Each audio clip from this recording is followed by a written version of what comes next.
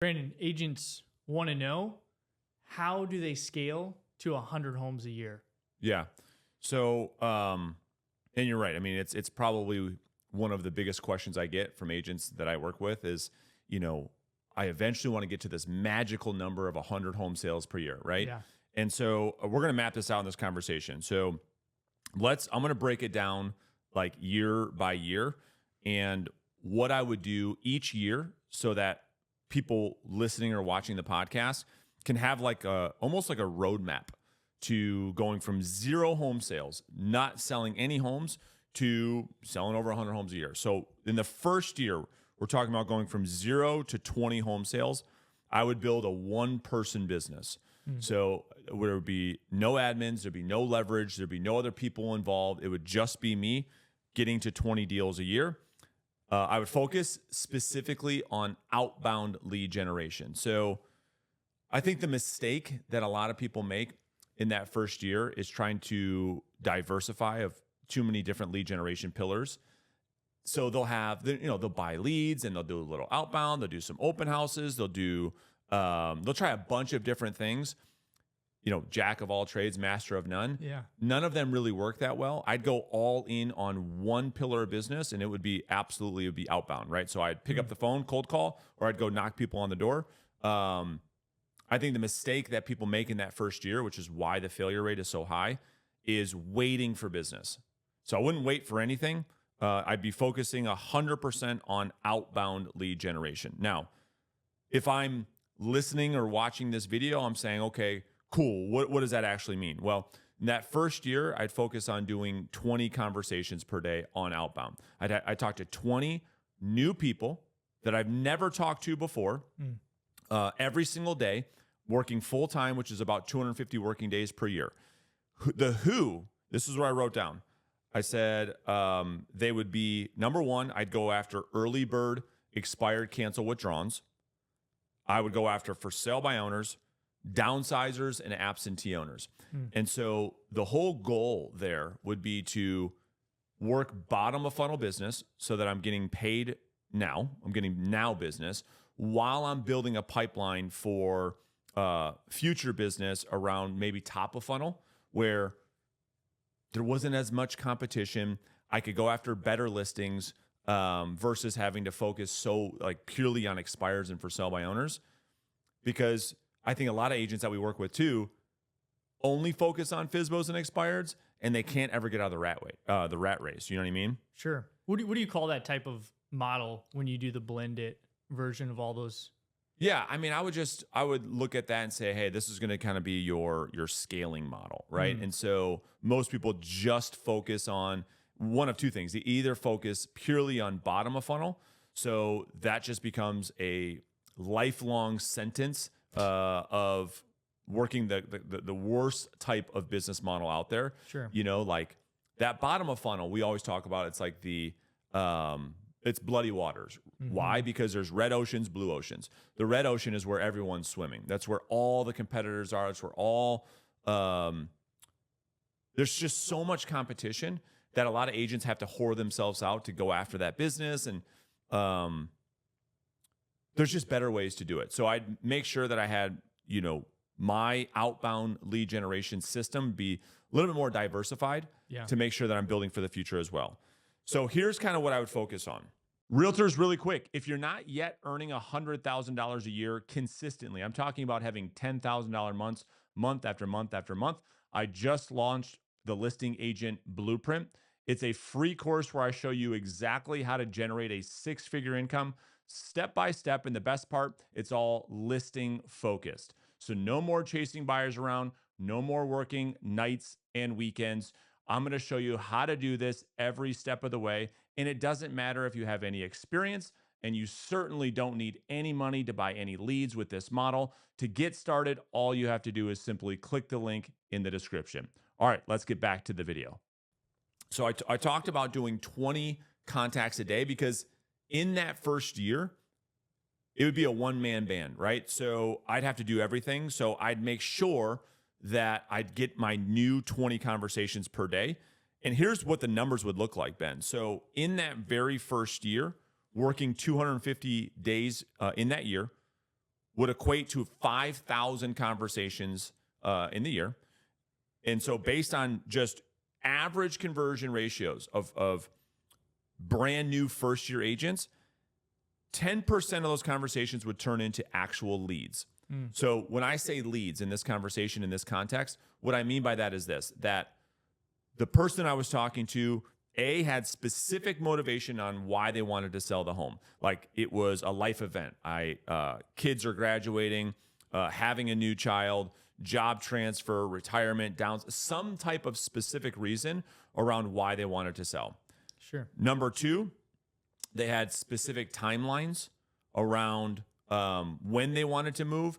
And then three, they specifically told me that they would give me the opportunity to earn their business when the day comes. In other words, they weren't committed to a realtor already. So when I say leads in this podcast, whether we talk for an hour or 2 hours, that's what I mean. I would convert 500 of those 5,000 conversations into those leads, about 10%. Of those leads, I'd be able to convert 100 into appointment set. 50 of those would actually come to fruition of people that I actually meet with and do a listing presentation. I'd convert half of those, or 25, and I'd sell 20, which would end up me making, depending on the agent's average commission, $150,000 to $200,000 in income. Now, here's what we know. This is what's so interesting, is that typically the number of people that an agent were to talk to on a daily basis equates to the number of homes they sell annually. So that's why I'm focused on, that first year getting to 20 deals. I know that with all the stuff that I have to do by myself, 20 conversations is not going to be easy, but I know if I do 20 conversations over 250 days, I will absolutely sell 20 homes. And so that's where I would start. Now, as I'm doing that for the first year, I'm going to start saving money, because if you follow this model over the next 5 years, I'm going to start saving money for my future admin that I know I'm going to need, that I know I'm going to hire. And so I'm going to start putting away $2,000 a month that first year, every month, to help me hire my admin, which we'll talk about in year 2 in just a second. And then through that first year, my email list would now be at 500 people strong.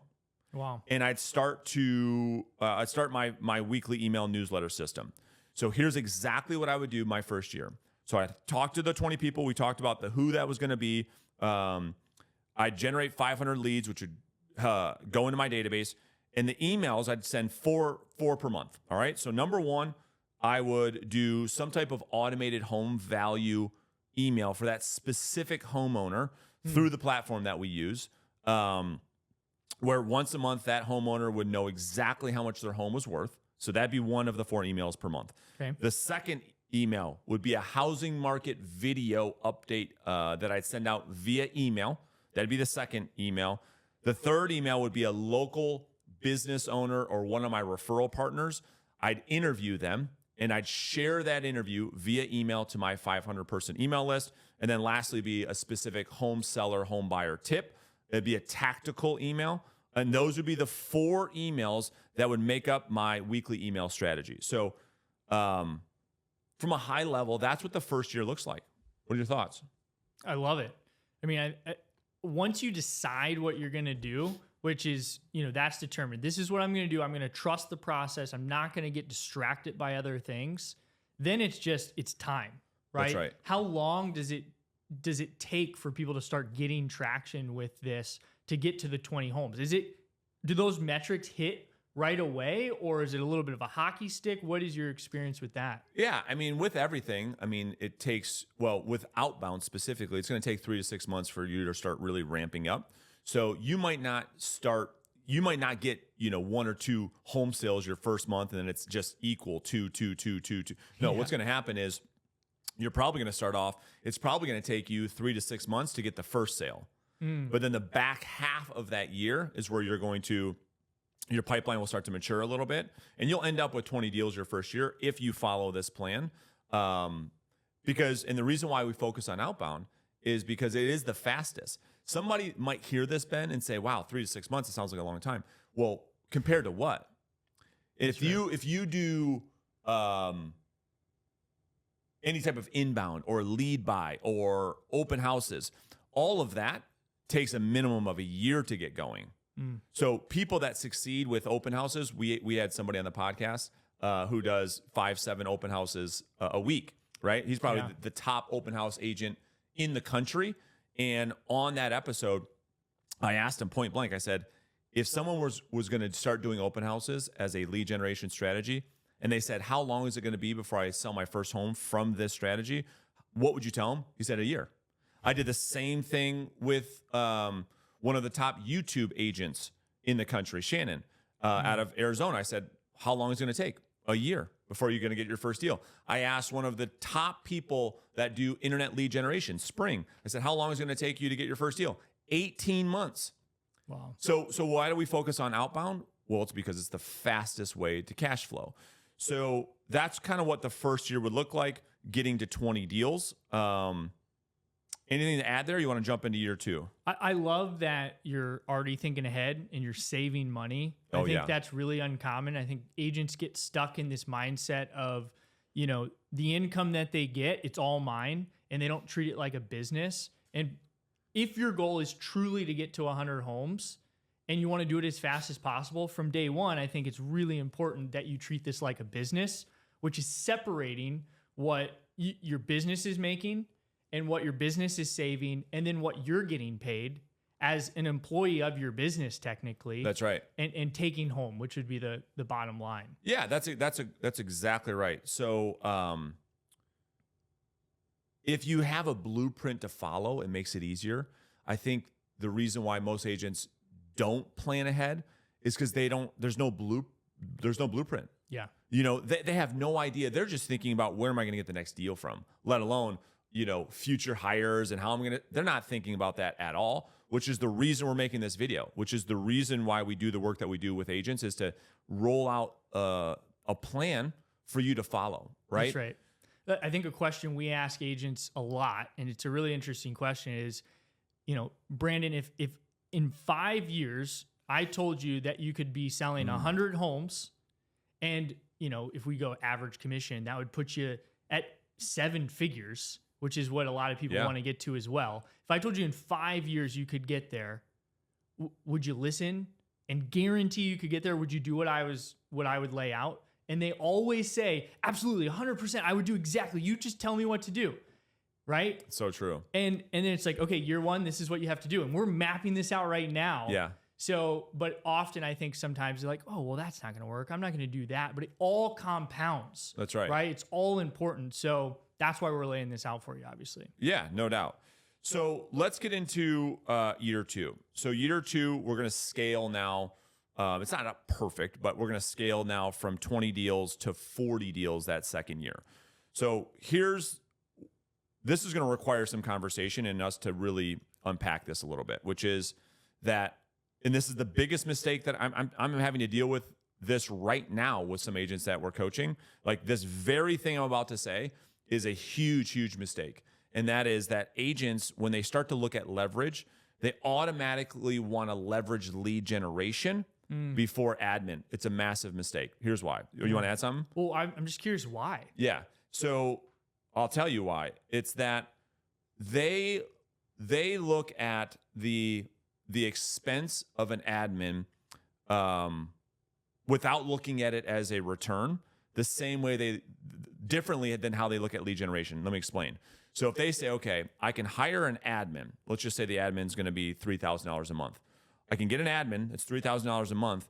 There's no return on that money like there would be if I were to do $3,000 a month on Zillow or $3,000 a month hiring an ISA. They're going to go get me more business, and therefore there's a return on that investment. They're missing this massively. So let me unpack this. The thing that they're missing is this one question. Who is better at lead generation in their business? The actual agent themselves, or you fill in the blank, another human, another lead generation thing.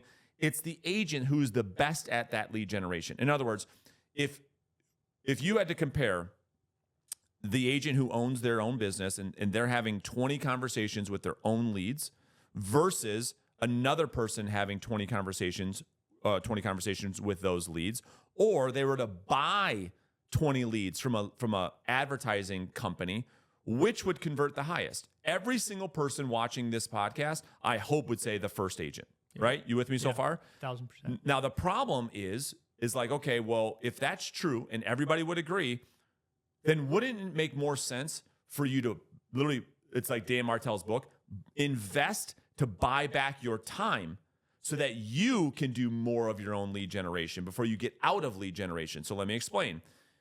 Let's just say you pay an assistant the $2,000 a month and you go and leverage out of non-dollar productive activities. You're buying back time that in your second year, instead of only having time to do 20 conversations per day, now, what did I write down? I think that you should be able to get to 40 conversations per day.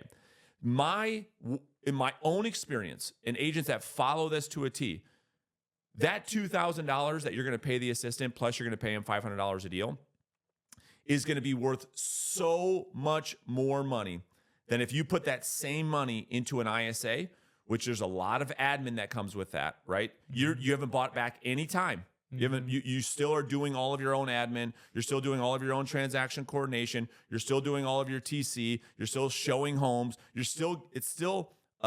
haven't leveraged out of any non-dollar productive activities when you hire an ISA or you get more lead generation.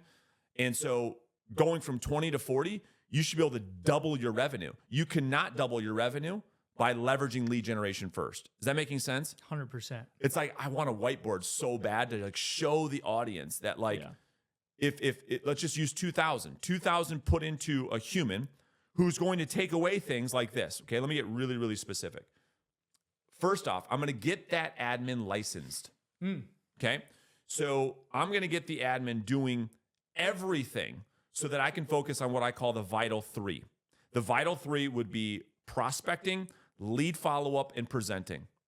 I'm going to have my admin show houses for me. I'm going to get out of that. I'm going to have my admin do all of my client service. I'm going to have my admin do all transaction coordination, listing coordination, closing coordination, presenting offers. That is a income servicing activity. It's not an income generating activity. I'm going to have them do all the inspection and appraisal negotiations. I'm going to get out of all of that so that I can go from 20 to 40 contacts per day.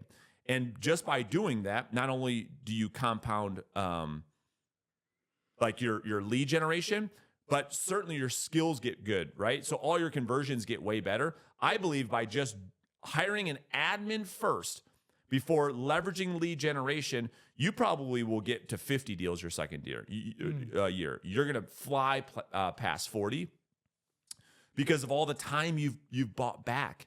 And so the mistake, again, is to say, well, yeah, but Brandon, if I put money into lead generation, I'll do more business. But you're still doing the admin. Yeah. So what's going to end up happening is, let's just pretend someone hires an ISA. Well, okay, the time it's going to take to train that ISA, to get them up and running, is going to take you out of doing your own personal lead generation. And let's say it works. Let's say it's a successful endeavor, and that ISA starts getting you a deal a month, which is what an ISA should be able to get you. The amount of work that you still have to do to get that one deal, that now you're not doing your own self-generation, number one. And number two, you're still having to do the admin work. Yeah. You haven't leveraged out of that first. And so that's the huge mistake. Huge mistake. And do you think that agents want to do the ISA, for example, lead generation, before the admin stuff is because they don't want, like, that's just not what they want to do? Or yes. Okay. Of course. Or they believe it's better. But the thing is, like, okay, this is the best way to put this. When an agent says that, it would be like a brain surgeon saying, well, I want to do anything but the surgery. I know. It's like, what are you talking about right now? Like, your job as a salesperson is to be in selling activities. Yeah. So what in the world are you doing building a sales practice and then have the audacity to think, well, I want to do everything but the sales activities in my sales practice? Yeah. What does a surgeon do? He gets a surgical assistant, right? Right. So he can just focus on what he wants to do. He gets a administrative assistant. Yeah. He gets a scheduler. all of those things so he can do more surgery. Like this is our surgery. That's exactly right. Right. Yeah. The other analogy, I mean, the easiest one is the analogy of like just the medical profession. It's like a dentist. It'd be like a dentist saying, well, I want to do all the things except for to work in people's mouths. I want to do all the other stuff. It's like, what other stuff? And that's the problem with our industry is that you have salespeople trying to avoid the very thing that generates them money. All right. So that's a whole nother podcast. But so the point is in year 2, again, this is me. People can make their own decision. I'm going to hire an admin. I'm going to pay them $2,000 a month salary. I'm going to pay them $500 per transaction. If I do 40 deals, my admin ends up making $45K.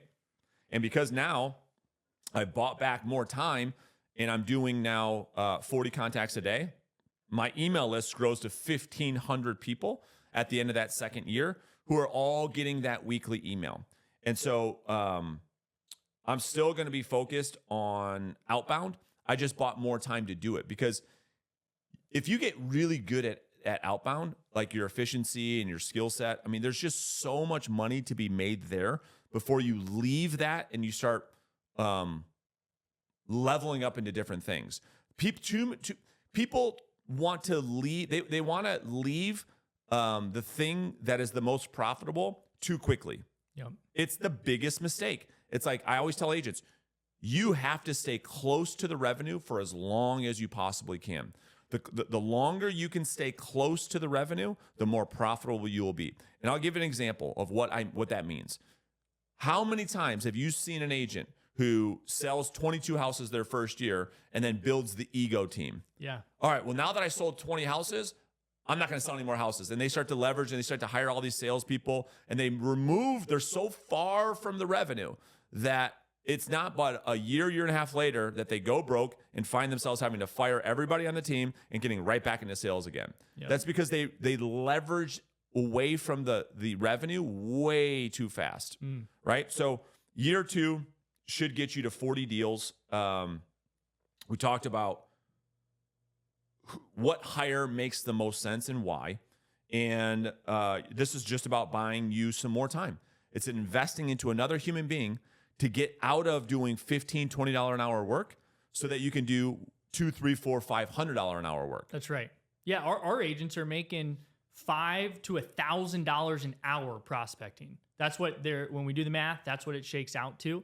And you're scared to have somebody at $20 an hour take over that admin role. So you can be making $1,000 an hour. It's true. I mean, that's another huge issue too, is that agents have control issues, right? Like they don't want to give up control and no one can do it as good as I can do it. And quite frankly, to be honest, they're not great leaders, right? That's what it comes down to, leadership. So they can't bring on an admin. They don't understand the rubber band effect that I talk to every agent about, which is like, yeah, you got to take a step back to make this thing work. There's not a factory that just like on a conveyor belt spits out real estate assistants that because you're just paying them a salary, that they're an absolute rock star. That's just not how it works. No. You're going to have to take a couple steps back to really pour into that person. They're them and you're you. Mm-hmm. They don't know what you know, right? And you've been doing things your way for a long time. You cannot expect somebody, just because you're giving them a paycheck on Friday, to automatically, you feel like you can just plug a USB drive up their nose and like they automatically get it. No, it's going to take months, just the same way as any lead generation thing is going to take for you to start getting your time back. But it will, it's the most important hire in an agent's business. Yeah, it's a rubber band effect. That's right. That's exactly right. And you'll get the payoff back. All right. So now we're getting to year 3. So we're talking about scaling past 40 deals and scaling up to 50, 60 transactions. So now that I have this full-time admin fully up and running, the next thing that I'm going to leverage out of is buyers 100%. So if you look at year 2, I leveraged out of showing homes, but I was still working with buyers. Like I was still writing offers. I was still doing some of that stuff. I'm going to hire a full-time buyer agent salesperson to service my clients. So this would be like the equivalent of like you see this all the time in chiropractic office or dentist office, just hiring another, junior doctor to help you with your patient load. Yeah. This is the same exact thing. So this is where that third year is where I'm going to make a business decision to no longer personally work with buyers. I'm going to leverage that to a junior agent, and I'm going to focus 100% on listings. Is that a salary like your assistant? No. So this will be the first salesperson I hire. And so we just typically split the commission 50-50. And you're giving them your leads. Yeah, your clients, right? So your clients who need to buy a home, they're servicing your clients. And when I did this, it was the best thing ever because the agent that I brought on to do this, it's got to be the right personality and all that stuff. But they not only did so they loved the process of working with buyers. They loved showing homes. I don't have the patience for that. I don't have the personality for that, number one. Number two, like most agents, they don't have any lead generation going on, right? So they do 2-3 deals of their own, but they don't have any lead generation going on. So like I stick an agent in my listing business that spits out the best buyers because sellers that have to buy a home is the best buyer lead of all time, right? And then the second best buyer lead is sitting in one of your listings as an open house and having buyers walk through the front door. That's better than any Zillow lead. It's better than any Google lead, any Facebook lead that you could ever get. And so that's what the buyer agent has the opportunity to work. Does that make sense? I love it. All right. So I'm going to leverage 100% out of buyers. So I'll have a full-time buyer's agent. Now I'm going to put in 2 additional lead generation pillars into my business in that third year. Number one, I'm going to put in the past client sphere of influence database system. So this is where we're going to really start to work the database. Most agents only do business with these pillars of business, not because they're doing anything proactively, but they're getting lucky. Yeah. They're in the right place at the right time, and every agent would admit it. It's like they do, 6-7 deals from their sphere of influence. It's like, okay, well, what did you do like specifically to generate that business? Like, what were the actions you took?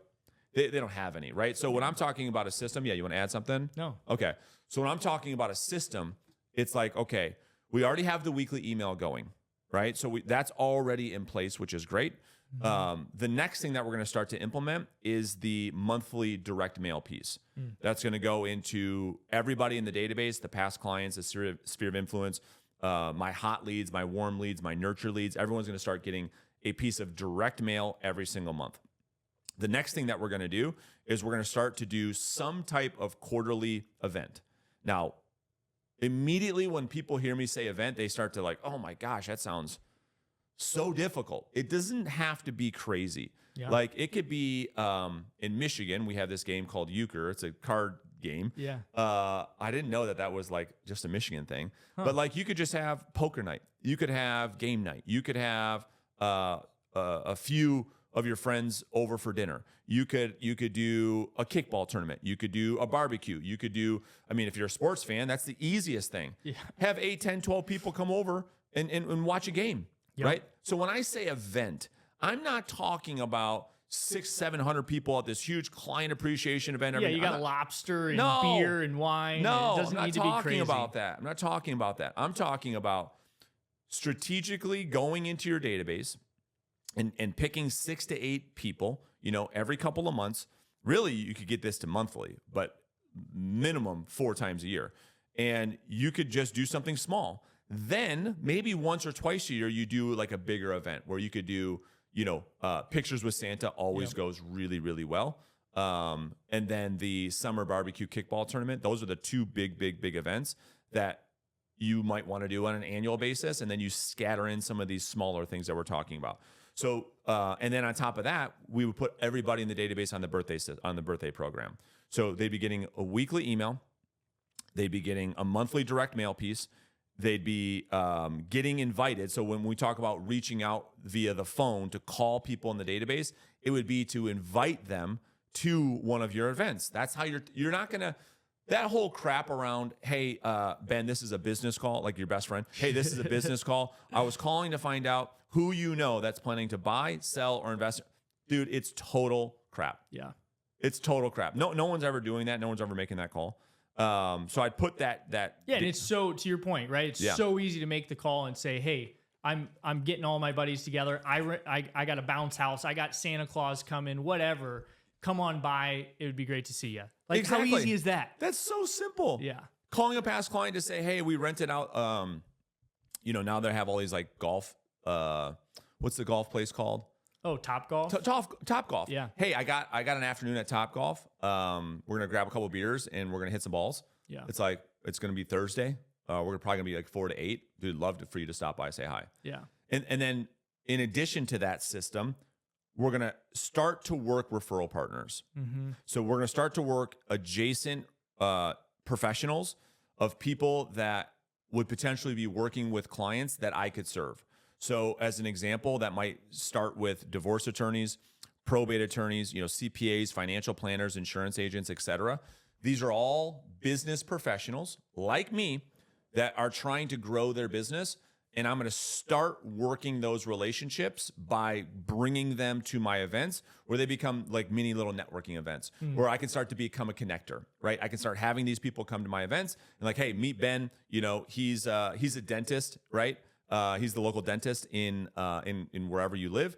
And you can start to introduce people, right? Yeah. And then you could be strategic around your events every month where you could say, okay, I've got these two people that need to meet. I've got this past client who's into X, Y, or Z. Maybe they're a golfer like you. Sure. And then maybe I have a golf pro at one of the local golf courses. I might bring those people to connect, right? Yeah. I had a past client that just moved in from out of town. They don't know their head from a hole in the ground. So it's like, all right, well, cool. Let me just bring my dentist to the event, right? Mm-hmm. And so that's how you start to leverage those referral partners. I'd start that as well. So I just want to add something. Yeah. Right. We're in year 2, 3. You're making some good money. Yeah. Right. 40, 50, 60 deals now. Correct. I mean, that could be anywhere from 300 to 600 Correct. grand, maybe more, depending on your market. That the number one thing we hear is that people want to start investing in real estate. And I would just challenge you to, at this point in your business, not do that. Right. But invest in your business. That's right. What is the return? That's right. On an assistant? What is the return on one of these client events, right? You want to go buy a piece of real estate. You want to go buy Bitcoin, whatever. Like, the return that you can get on $2,000 for this amazing event, I mean, it won't even fit on your calculator. You're going to have to flip it sideways. Yeah. So that's my only challenge. Yeah. No, I totally agree. The whole idea around like building multiple streams of income, that like, it's a misunderstood strategy. That's the way I would say it. Yeah. It's not that it's not true. It's very true for the right person at the right time. And people try to diversify just too quickly. And in this third year, when you're talking about the investment, now again, we're trying to buy back more time so that we can spend more time doing surgery. In our case, it's 3 vital things. It's talk to new people, follow up with those people so I can set more appointments and go on more appointments. So in the third year, you've now leveraged out of, the second year, you've leveraged out of all non-dollar producing activities with an admin. In the third year, you've leveraged out of working with buyers 100%. These are the 2 biggest time vampires in real estate. Is all the little tasks, the death by 1,000 cuts, all the little admin stuff you got to do that like just eats up your productivity, and working with buyers. Yeah. So in your third year, you're out of both of those. Now you're laser beam focused on getting more listings. And so I believe that in your third year, because of all the time you've bought back now, you should be able to do 50 contacts a day.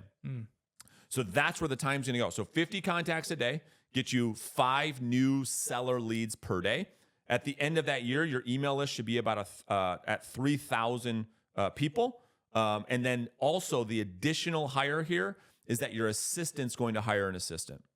So your assistant is going to hire either a transaction coordinator that works for him or her, or a listing coordinator that works for him or her. So that's the additional hire. So your assistant now doing 60 deals a year is probably making $70,000 to $80,000 a year. You've got a TC or an LC that's making $30,000 to $40,000 a year, and now you have a full-time buyer's agent. That's what the crew looks like. That's what the team looks like.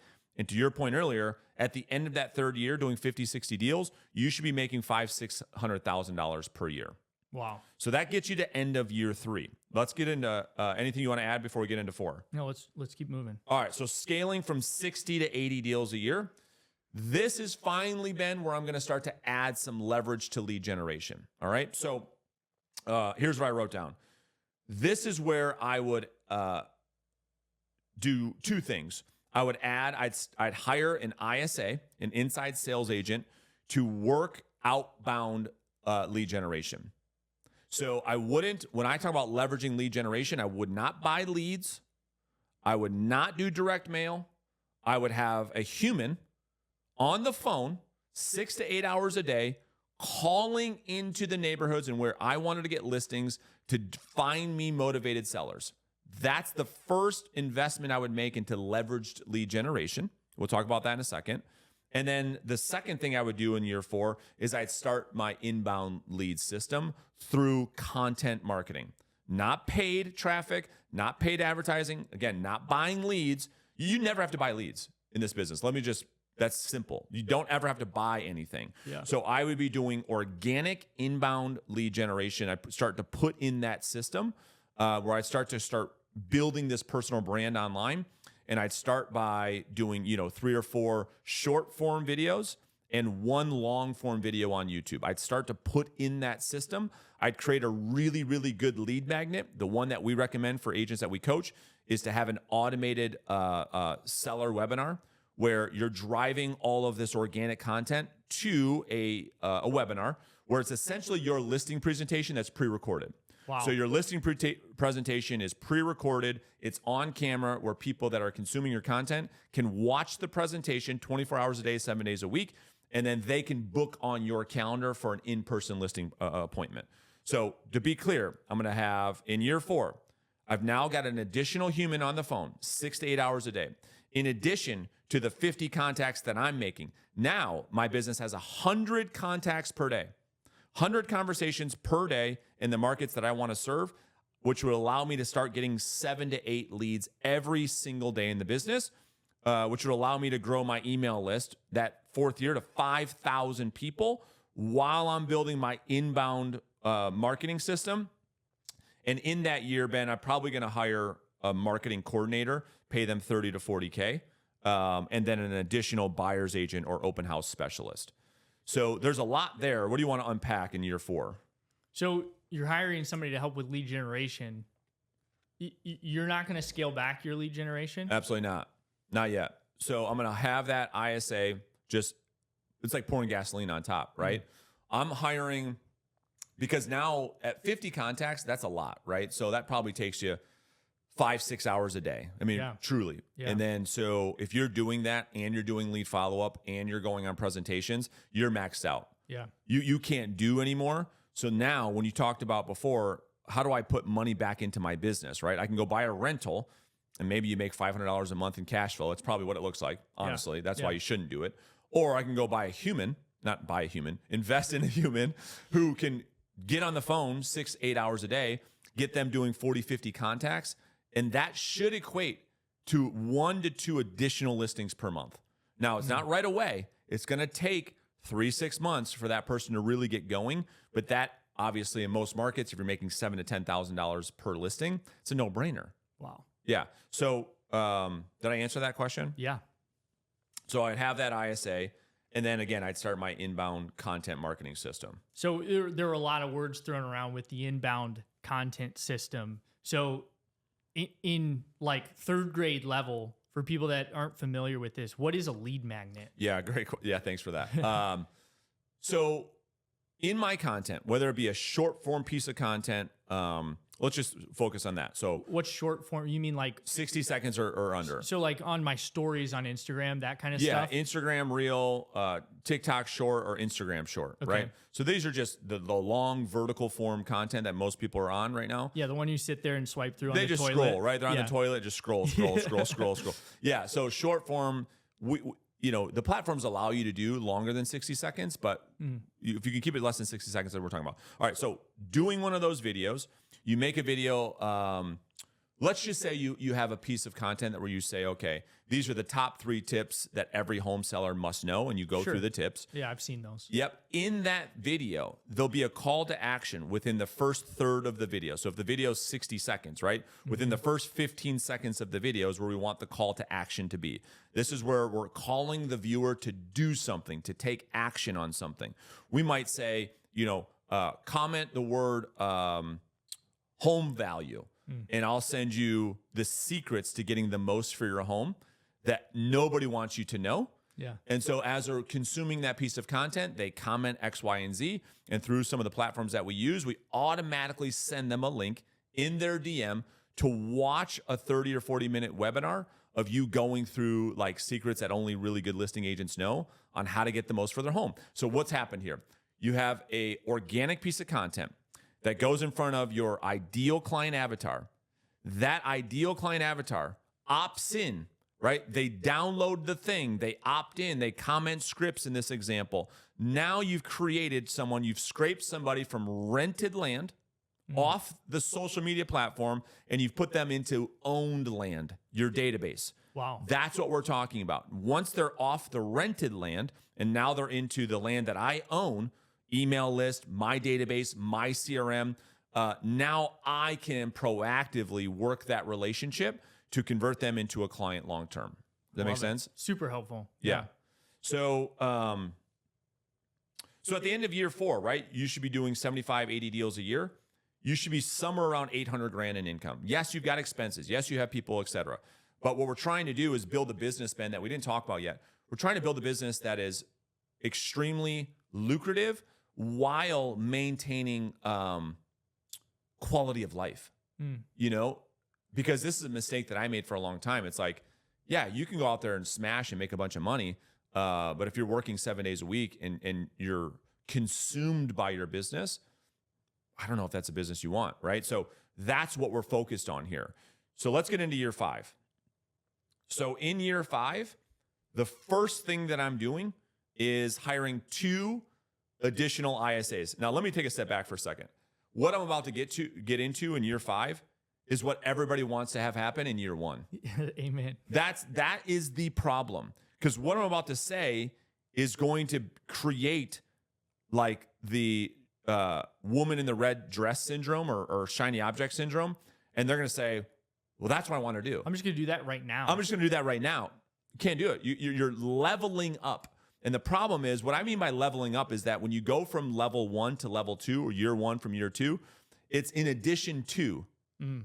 So like the mistake that I see every single day is like, okay, I'm going to hire the ISA my first year, and I'm not going to call myself. Yeah. Well, dude, you're not leveling up anything. That's a disaster waiting to happen. Okay.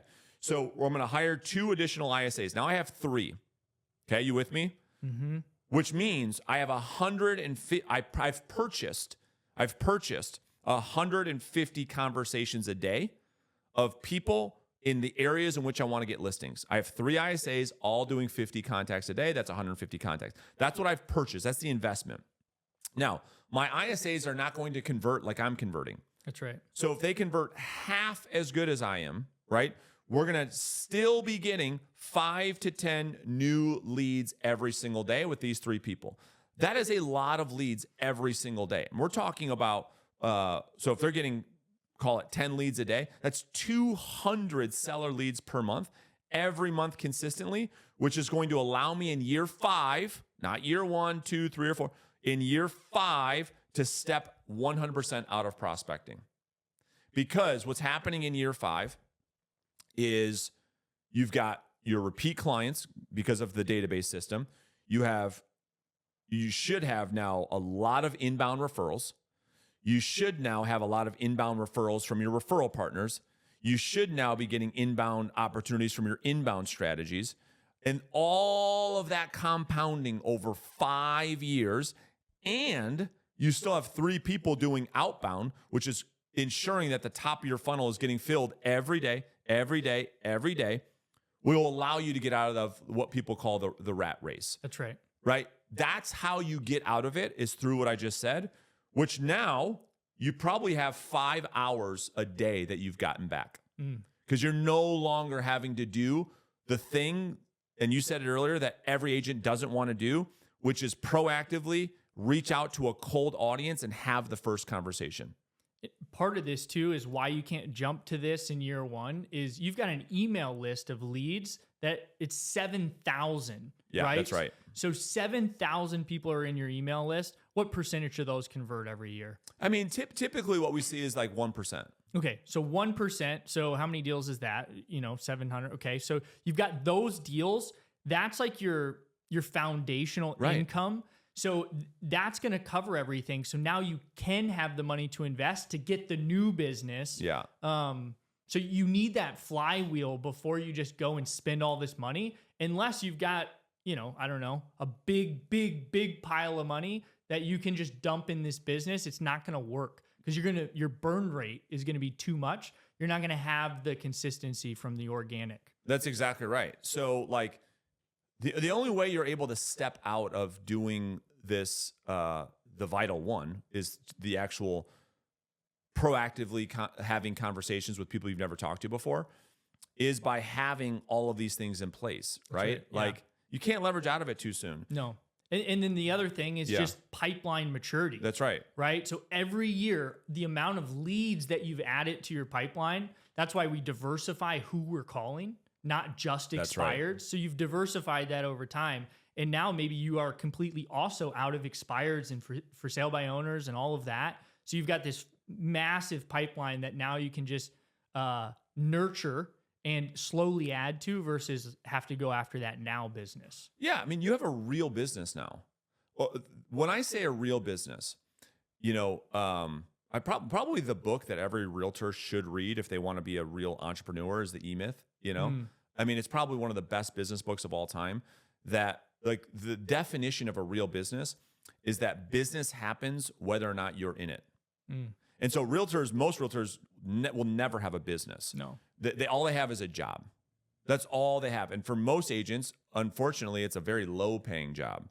Like they could go get a job somewhere else, but their ego, I want to be my own boss, et cetera, keeps them in this business making 30, 35 grand a year, which is what most agents make. And it's like, man, you're working way too hard for too little money. But anyway, I digress. So let's get back to year 5. So you've got 2 additional ISAs, which 3 total. You're stepping out of prospecting 100%, which gives you 5 hours back per day. Now you're going to go like all in on content. So here's again the mistake is most agents want to just get right into content and have everyone call them. It takes time. You're going to be broke if you don't, right? So now you're going all into building your personal brand. It's the highest form of leverage that there is. The returns on a personal brand are it's unfathomable, the return on personal brand. And how do I know this? Because I'm living it right now. Yeah. I'm living it right now. Of all the stuff I put into building a personal brand online since 2017 is paying dividends now, almost 10 years later, right? 8 years later.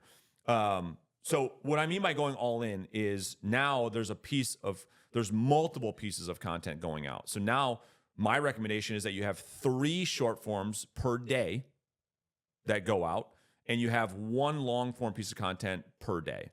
So you got 7 long forms, and you've got 3 short forms per day going out every single day, 7 days a week. Obviously your database is in full stream. Your referral partners are finally starting to really, really pay off here.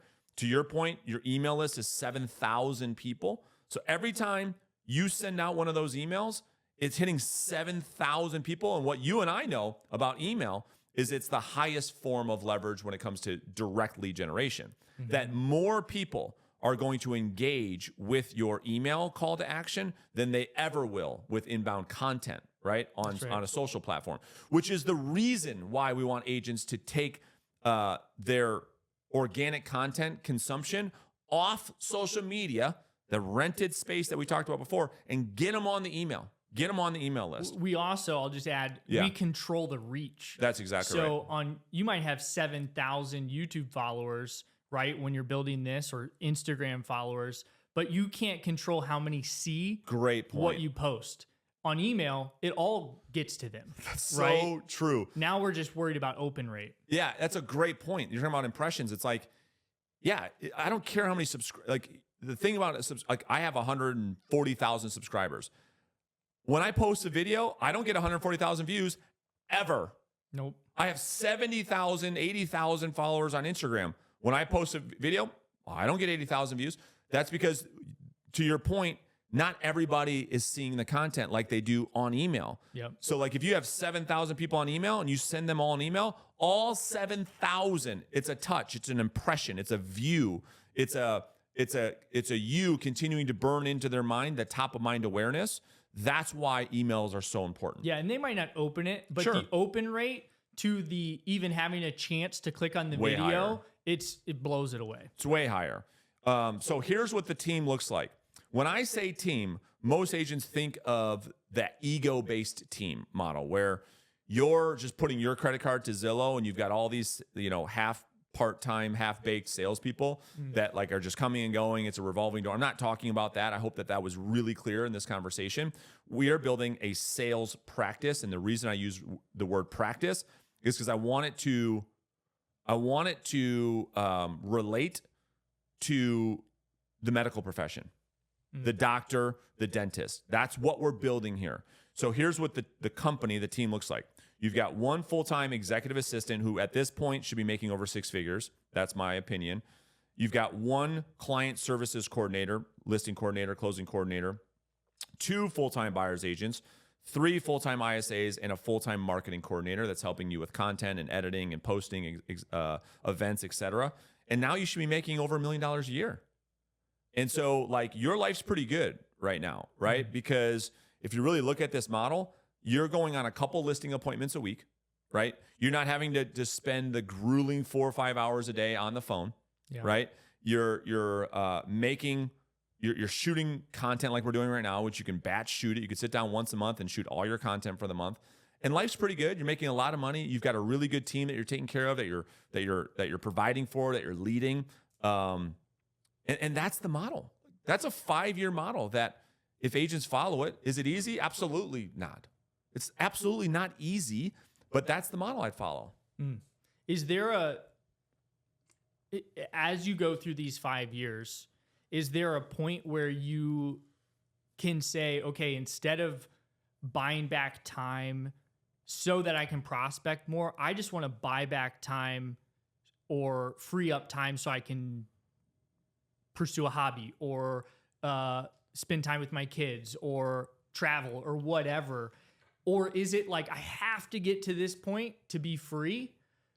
Where is the point where you can say, I don't necessarily want more money, I want more time personally? Yeah. And that's more valuable. Like, what's the tipping point, or where can I stop on this plan versus have to keep going? Yeah, well, that comes down to like, what do you want? Like, are you fighting for someone else's goal, which is why you never hit it? Or like, what's important to you? You know what I mean? What do you really want? Yeah. Do you want something because somebody else wants it? Or like, are you going after something that actually matters to you? And to your point, there's no right or wrong income goal, right? Sure. It's like, for a lot of people, for most, let's be real. For most, if they're making $20,000 a month every single month, like, and you have everything you could ever want, the need for more money goes away instantly, right? And so now it's like, okay, well, maybe you have a plan where you're making $20,000 a month, and you're working 4 days a week, no nights, no weekends. That might be enough for you. Yeah. Right. So I think it comes down to the level of ambition and why are you doing this? You know? So no, there's nothing to say that you need to do this. This is for the agent, which there's so many of them. It's like, well, how do I get to that magic 100 sales per year? You could do it by brute force and just like really working your ass off and, working 7 days a week and not have all the leverage that we talked about. But I think that what we laid out is a much, much better way to do it, where you're making good money, you're doing a lot of production, and you have a life. Yeah. And I'll say too, like the ride up isn't right. bad either. People That's say right. like it's a destination. It's not a destination. Like the whole point of this is all the way through. You keep making the calls. You keep doing the work. It's not like I get to 100 deals a year and then I'm going to stop. And that's what we find with a lot of agents. They hit the magical 100K or the 200K or the 250, the 100 deals a year, and then they take their foot off. And that goes back to the E-Myth. They don't really have a business because overnight it evaporates. That's right. So it's not a destination. It's constant. And I think this really helps kind of lay that out for people too.